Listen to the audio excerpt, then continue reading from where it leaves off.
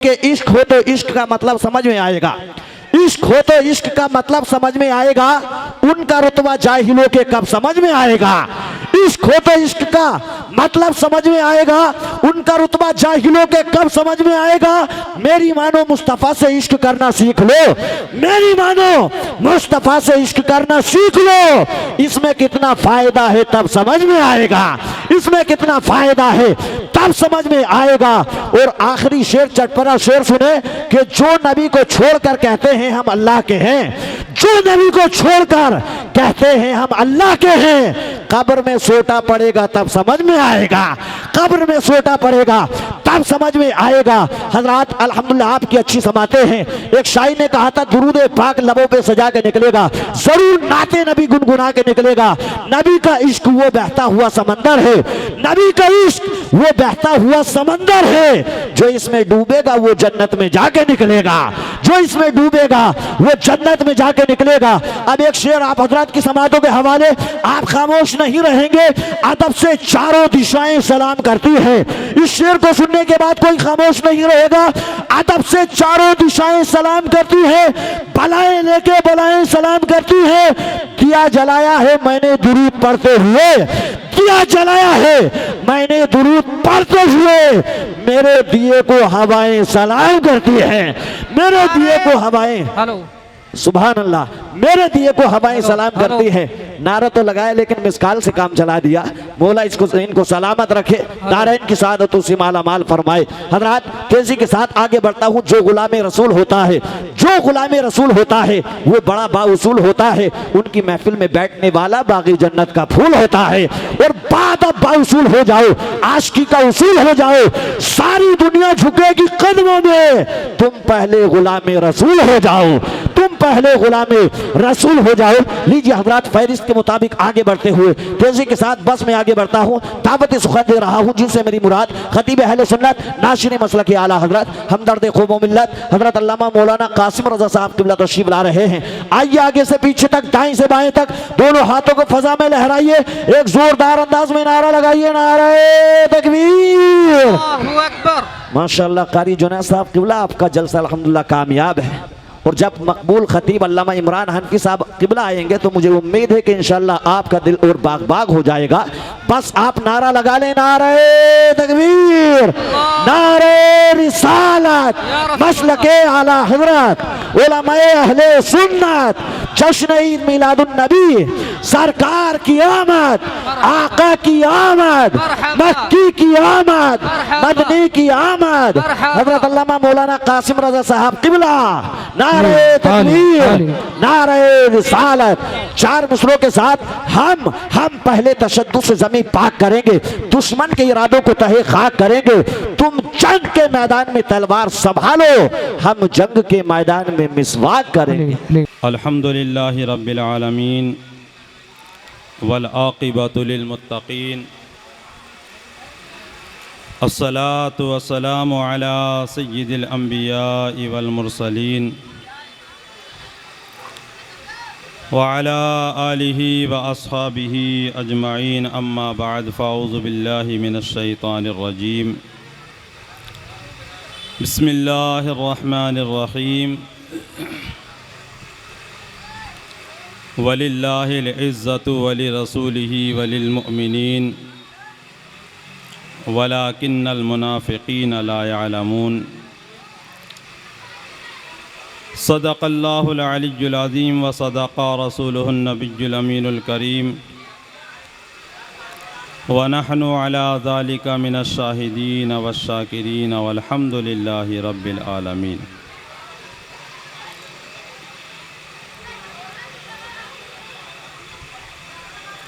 अर्श हक़ है मसनदे रिफ़अत रसूलुल्लाह की,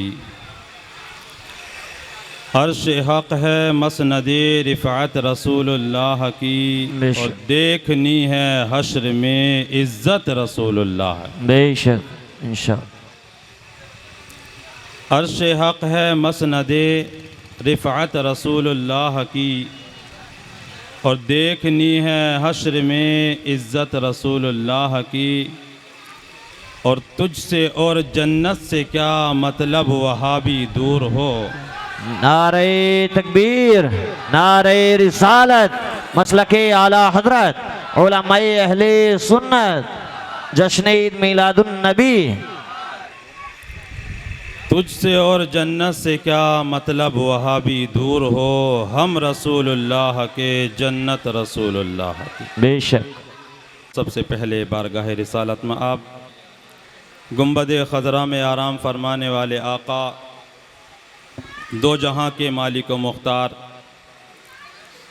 हम गरीबों के गम गुसार जनाब अहमद मुजतबा मोहम्मद मुस्तफ़ा सल्लल्लाहु ताला अलैहि व आलिहि वसल्लम की बारगाह में दरूद व सलाम का नजराना पेश करें। पढ़िए अल्लाहुम्मा सल्ली अला सय्यदिना व मौलाना मुहम्मद मअदनिल जूद वल करम व आलिहि व बारिक वसल्लिम सलातम व सलामन अलैका या रसूल अल्लाह सल्लल्लाहु ताला अलैहि व आलिहि वसल्लम।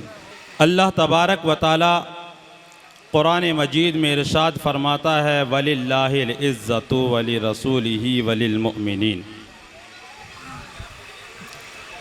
कि इज़्ज़त अल्लाह के लिए है, बेशक इज़्ज़त उसके रसूल के लिए है, और नबी के सदक़े में इज़्ज़त नबी के ग़ुलामों के लिए है। बेशक। लेकिन लोगों ने अपने अपने जहन में तरह तरह के मेयार बुलंद किए, और किसी ने कहा कि इज़्ज़त माल और दौलत से मिलती है, किसी ने ये गुमान किया कि इज़्ज़त जाहो हशमत से मिलती है, किसी ने ये ख़याल किया कि इज़्ज़त कुर्सी हुकूमत से मिलती है। जी।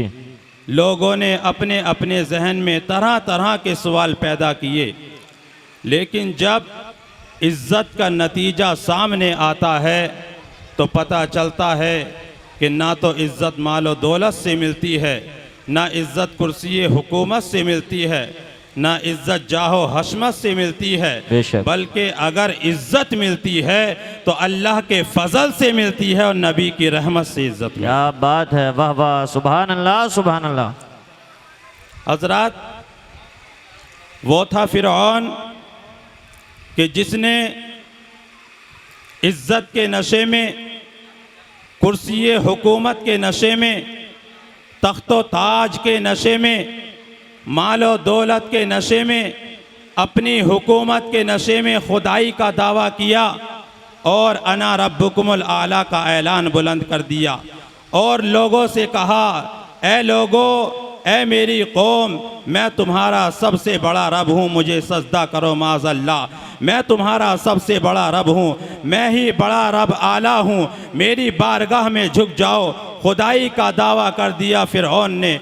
अल्लाह अकबर। जब फिरौन ने खुदाई का दावा किया तो हमारी निगाहों के सामने हिंदुस्तान का एक बादशाह आ जाता है जिसकी मोहब्बत की मिसाल आज ताजमहल की शक्ल में है। ये कौन बादशाह था? ये शाहजहां बादशाह, ये शहनशाह मोहतरम शाहजहां बादशाह, जिन्होंने अपने लिए बनवाया था तख्ते ताऊस, और ये ऐसा कीमती तख्त था कि सोने चांदी से बना हुआ तख्त था, हीरे जवाहरात से जड़वाया गया था, बड़ी कीमती अशिया से इस तख्त को बनवाया गया था। और जब ये तख्त बन कर के तैयार हुआ, जब तख्त बन कर के तैयार हो गया तो शाहजहां बादशाह ने पूरे हिंदुस्तान के अंदर ये ऐलान करा दिया गया, गली गली कूचे कूचे में, गांव गांव देहात देहात शहर शहर के अंदर, कि शाहजहां बादशाह फला तारीख को तख्त पर बैठने वाले हैं, फला तारीख को तख्त नशी होने वाले हैं। लोगों के यहाँ दावतनामे पहुँचा दिए गए,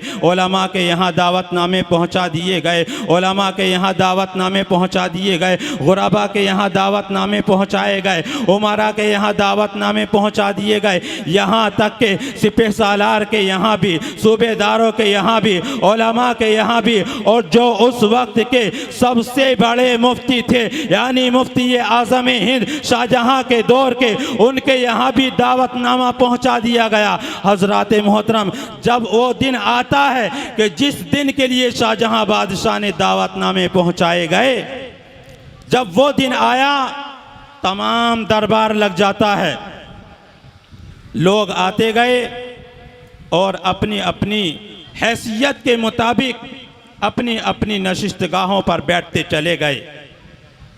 अमीर लोग भी आ गए, बैठ गए, गरीब भी आए और बैठ गए, वजीर भी आए और बैठ गए, सूबेदार भी आए वो भी बैठ गए, सिपह सालार भी आए वो भी बैठ गए, उलमा भी आए वो भी बैठ गए, मुफ्ती आज़म हिंद भी आए वो भी बैठ गए। सबकी निगाहें, पूरे दरबार की निगाहें उस तख्ते ताऊस पर लग गईं जिसको शाहजहां बादशाह ने हीरे जवाहरात से बनवाया था, सोने चांदी से बनवाया था। लोगों के जहनों में तरह तरह के सवाल हो रहे थे कि पता नहीं शाहजहां बादशाह इस तख्त पर बैठने के बाद में क्या ऐलान करेगा, उसका किरदार क्या होगा, उसकी रफ्तार क्या होगी, पता नहीं उसका किरदार क्या होगा। लोग देख रहे थे। लेकिन हजरात, जब शाहजहां बादशाह उस तख्त पर आया तो लोग हैरत में डूब गए कि उसने तख्त पर आने के बाद में कोई नया हुक्म जारी ना किया था, बल्कि सबसे पहले तख्त पर आने के बाद में अपना मुसल्ला बिछाया था और मुसल्ला बिछाने के बाद में रब की बारगाह में सजदा शुक्र अदा किया था। क्या बात है, सुभान अल्लाह सुभान अल्लाह, वाह वाह, बहुत खूब। शाहजहां बादशाह ने तख्त पर बैठने के बाद में सजदा शुक्र अदा कर लिया। तमाम लोग हैरत से देख रहे हैं कि शाहजहां बादशाह ने ये तख्त इसलिए बनवाया था कि इस तख्त पर चढ़ने के बाद में सजदा शुक्र अदा करे, और हमें क्यों बुलवाया गया है। लोग हैरत में डूब गए।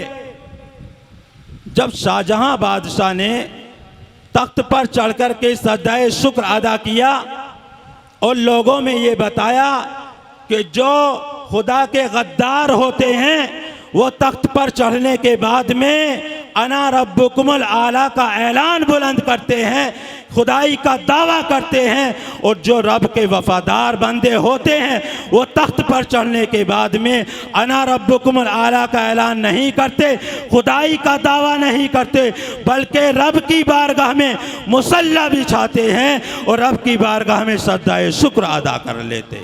बेशक, सुभान अल्लाह सुभान अल्लाह, वाह।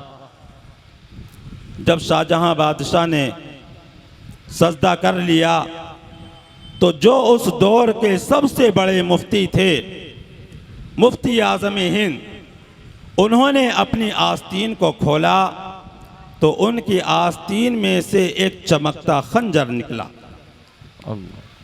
चमकता हुआ खंजर,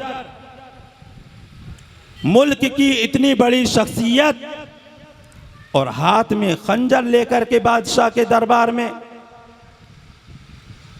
शाहजहां बादशाह ने पूछा, ए मुफ्ती साहब, मुझे ज़रा ये बताइए कि आप जब भी हमारे दरबार में आते हैं ये खंजर लेकर के आते हैं या आज पहली बार हमारी बारगाह में खंजर लेकर के आए हैं? जी। मुफ्ती साहब ने जवाब दिया था, ए शहंशाह मोहतरम, जब आपका दावतनामा मेरे घर पे पहुंचा और मुझे पता चला कि फ़ला तारीख को शाहजहां बादशाह तख्त नशी होने वाले हैं और मुझे दावतनामा दिया गया है, मुझे भी बुलवाया गया है, तो मेरे जहन में ये ख्याल आया कि फ़िरऔन तो एक छोटे से मुल्क मिस्र का बादशाह था, उसका मुल्क तो इतना बड़ा नहीं था, ना उसका तख्त इतना कीमती था, ना हीरे जवाहरात से जड़ा हुआ तख्त था, ना सोने चांदी से बना हुआ तख्त था। हिंदुस्तान तो बहुत बड़ा मुल्क है, इसकी रियाया भी ज़्यादा है, इसका तख्त भी बड़ा है, इसका तख्त भी कीमती है। कहीं ऐसा ना हो कि शाहजहां बादशाह के दिमाग में वही फ़िरऔनी गुरूर पैदा हो जाए, वही फ़िरऔनी तकब्बुर पैदा हो जाए और शाहजहां बादशाह अपने तख्त पर चढ़ने के बाद में खुदाई का दावा कर दे। अगर शाहजहां बादशाह ने तख्त पर चढ़ने के बाद में खुदाई का दावा किया तो मैं भरे दरबार में उसके तख्त पर चढ़ जाऊंगा और अपनी आस्तीन से खंजर निकालने के बाद में तमाम लोगों के सामने अपने इस खंजर से शाहजहां बादशाह के सर को तन से जुदा करने के बाद लोगों लोगों को ये बता दूंगा कि मदीने वाले के गुलामों में ये जज्बा है कि अगर बादशाह भी गलती करे तो उनके गुलाम बादशाह को भी भरे दरबार में सजा देने का हौसला रखते हैं। नारे तकबीर, नारे रिसालत, मसलके आला हजरत, उलमाए अहले सुन्नत, जश्न ईद मिलादुन नबी हजरत अल्लामा मौलाना कासिम रज़ा साहब किबला। सुभान अल्लाह, सुभान अल्लाह, वाह वाह। जब मुफ्ती साहब ने खंजर दिखाया और कहा कि अगर फिरौनी गुरूर इस बादशाह के जहन में आया और इसने भी खुदाई का दावा किया तो अपने इस खंजर से इसका सर तन से जुदा कर दूंगा। जब इतनी बात मुफ्ती साहब ने कही तो महफिल में छा गया सन्नाटा। जल्लादों ने कहा, ऐ शहंशाह मोहतरम, आपका हुक्म हो तो इस मुफ्ती की, इस आलिम की गर्दन उतार दी जाए, इसके हाथ पैर काट दिए जाएं, आप कहें तो इसकी जबान को खींच लिया जाए। आपका हुक्म होगा और हमारा काम होगा। जी। लेकिन हजरात, जो शाहजहां ने जवाब दिया था, जब आप उसको सुनेंगे तो मचल जाएंगे। जल्लाद बार बार कह रहे हैं, ऐ शाहजहां बादशाह, इस मौलवी की गर्दन उतार जाए कि आपके दरबार में पहले तो खंजर लेकर के आया और उसके बाद में आपकी गर्दन उतारने की बात कर रहा है। आप हमें हुक्म तो दीजिए, अगर आप हमें हुक्म देंगे हम इसको फांसी पर लटका देंगे, इसकी ज़बान को काट देंगे, इसके हाथ पैर को काट देंगे, इसकी गर्दन को उतार देंगे। लेकिन नहीं नहीं, ना बादशाह जलाल में आता है, ना गुस्से में आता है, ना बादशाह ने नया हुक्म जारी किया, ना बादशाह ने फांसी का हुक्म जारी किया, ना बादशाह ने गर्दन काटने का हुक्म जारी किया, ना बादशाह ने मुफ्ती की ज़बान खींचने का हुक्म जारी किया। बल्कि जिस तरह से शाहजहां बादशाह ने उस तख्ते ताऊस पर कदम रखने के बाद में पहले सजदा किया था, इसी तरह से दोबारा रब की बारगाह में मुसल्ला बिछाता है और मुसल्ला बिछाने के बाद में एक और सजदा रब की बारगाह में अदा कर लेता। सुभान अल्लाह, सुभान अल्लाह, वाह वाह, बहुत खूब। आज तो हक बयान करने वाले मौलवी को इमामत से हटा दिया जाता है। अगर इमाम कमेटी की मर्जी से इमामत ना करे, उसकी मर्जी से कपड़े ना पहने, उसकी मर्जी से खाना ना खाए, उसकी मर्जी से सोना बैठना ना करे, तो अगले जुमे से पहले पहले उसका इंतज़ाम कर दिया जाता है।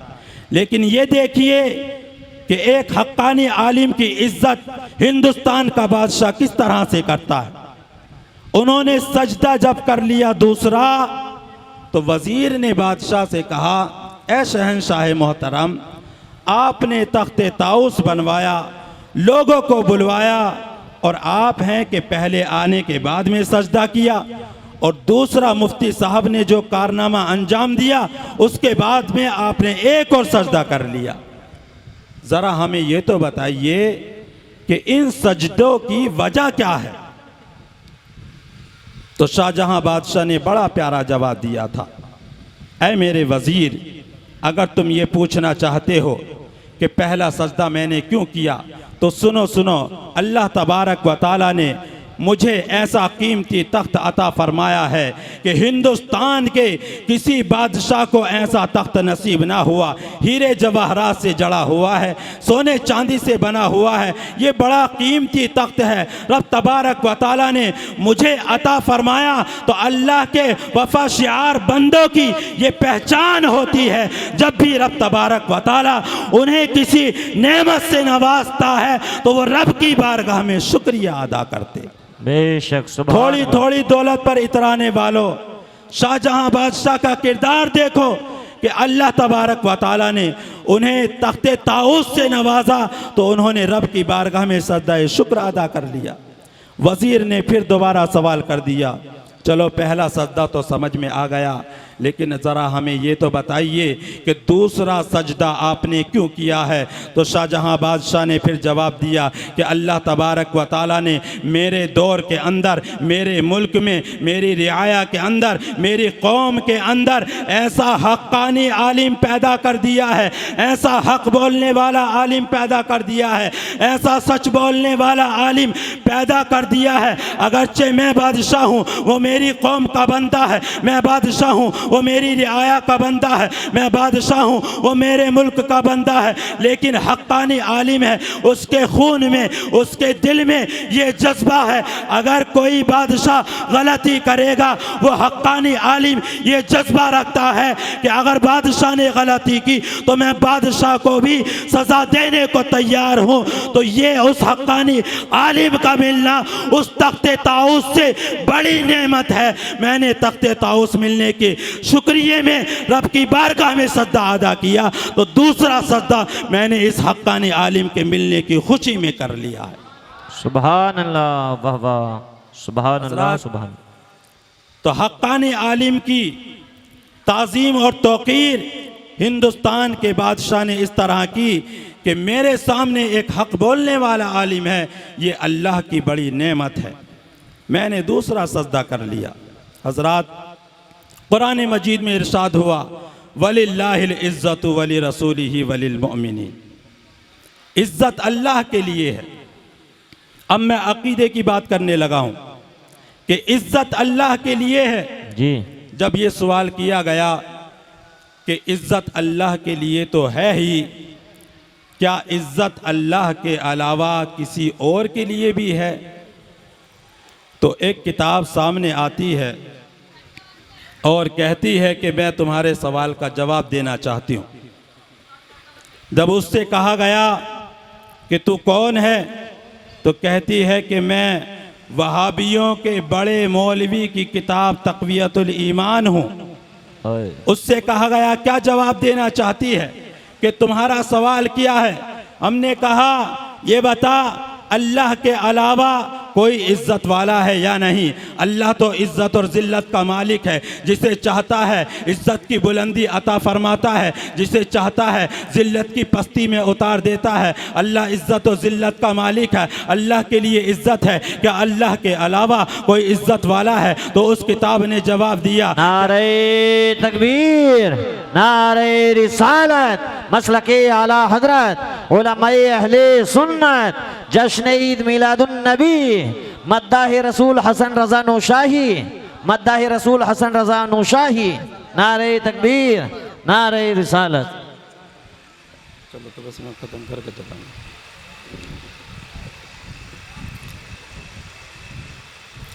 जब कहा गया कि अल्लाह के अलावा कोई इज़्ज़त वाला है या नहीं, तो उस किताब ने कहा, सबको उसकी इबारत सुनने के बाद में ज़ोर से माज़ अल्लाह कहना है। कहने लगी, हर मखलूक छोटा हो या बड़ा, अल्लाह की शान के आगे चमार से ज़्यादा ज़लील है, कहो माज़ अल्लाह। जब उस किताब ने ये जवाब दिया, हमने कहा, ए किताब, हम तुझसे जवाब नहीं लेना चाहते हैं, हम कुरान मजीद की बारगाह में अर्ज़ करते हैं, ए अल्लाह की मुक़द्दस किताब, अब तू हमें जवाब दे, अल्लाह के अलावा कोई इज़्ज़त वाला है या नहीं? तो कुरान ने कहा, वलिल्लाहिल इज़्ज़तु वली रसूलिही वलिल मुअमिनीन। अल्लाह के लिए इज़्ज़त है, अल्लाह के रसूल के लिए इज़्ज़त है, मोमिनीन के लिए इज़्ज़त है। कुरान से टकरा जाती है तक़वियतुल ईमान। अब जो तक़वियतुल ईमान को मानता है, कुरान को छोड़ना पड़ेगा। कुरान मजीद को जो मानता है, तक़वियतुल ईमान को छोड़ना पड़ेगा। हम अहले सुन्नत व जमात का ये अकीदा है। ये तो एक इबारत है जिसके अंदर रसूल की गुस्ताखी है, ये तो एक किताब है जिसके अंदर नबी की गुस्ताखी है। अगर ऐसी हज़ारों किताबें भी आ जाएं और उनके अंदर नबी की गुस्ताखी हो, तो सारी किताबों को ठोकर से उड़ा दिया जाएगा, ठोकर मार दी जाएगी और कुरान मजीद को अपने सीने से लगा लिया जाएगा। क्या बात है, वाह वाह वाह वाह, सुभान अल्लाह, सुभान अल्लाह। आज ये जलसा जश्न ईद मिलादुन नबी का जलसा, इसके हवाले से सिर्फ एक हदीस पढ़ूंगा, इसलिए कि सज्जादा नशीन बरेली शरीफ से हुजूर आसन मियां साहब तशरीफ़ ला चुके हैं और बहुत जल्दी वो स्टेज पर आने वाले हैं। एक हदीस पाक समाअत फरमा ले। आका अलैहिस्सलातु वस्सलाम के चचा हज़रत अब्बास रज़ी अल्लाह ताला अन्हु एक मर्तबा आका अलैहिस्सलातु वस्सलाम की बारगाह में हाजिर हुए और हाजिर होने के बाद में आका अलैहिस्सलातु वस्सलाम की बारगाह में खामोश बैठ जाते हैं और बैठने के बाद में मेरे सरकार के चेहरे को तक रहे हैं। आका अलैहिस्सलातु वस्सलाम ने इरशाद फरमाया, ऐ मेरे चचा क्या हाजत है, बयान कीजिए। आपके चचा हज़रत अब्बास अर्ज़ करते हैं, या रसूल अल्लाह, कलमा तो मैंने आपका अब पढ़ा है, लेकिन मैं आपकी ज़ात से मुतासिर उस वक्त से हूँ जब आप 40 दिन के भी नहीं थे। क्या बात है। जब आप बेशक 40 दिन के भी नहीं थे, उस वक्त से मैं आपकी ज़ात से मुतासिर हूँ। आका अलैहिस्सलातु वस्सलाम ने इरशाद फरमाया, ऐ मेरे चचा, आप किस बात से मुतासिर हुए, ज़रा मुझे ये तो बताइए।